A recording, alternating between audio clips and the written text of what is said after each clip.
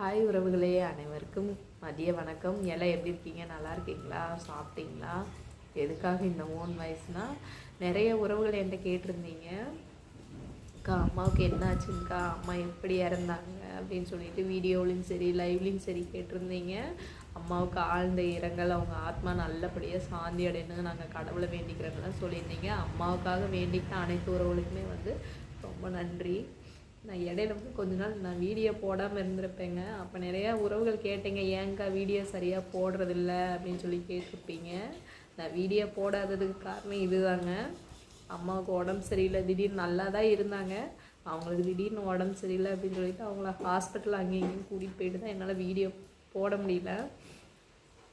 என்னால் முடிஞ்ச வரையும் அவங்கள பார்த்துமே என்னால் அவங்கள காப்பாற்ற முடியல. அதுதான் எனக்கு ரொம்ப கஷ்டமாக இருக்குது. அம்மாவுக்கு என்ன நடந்தது அப்படிங்கிறத நான் லாங் வீடியோவில் சொல்கிறேன்.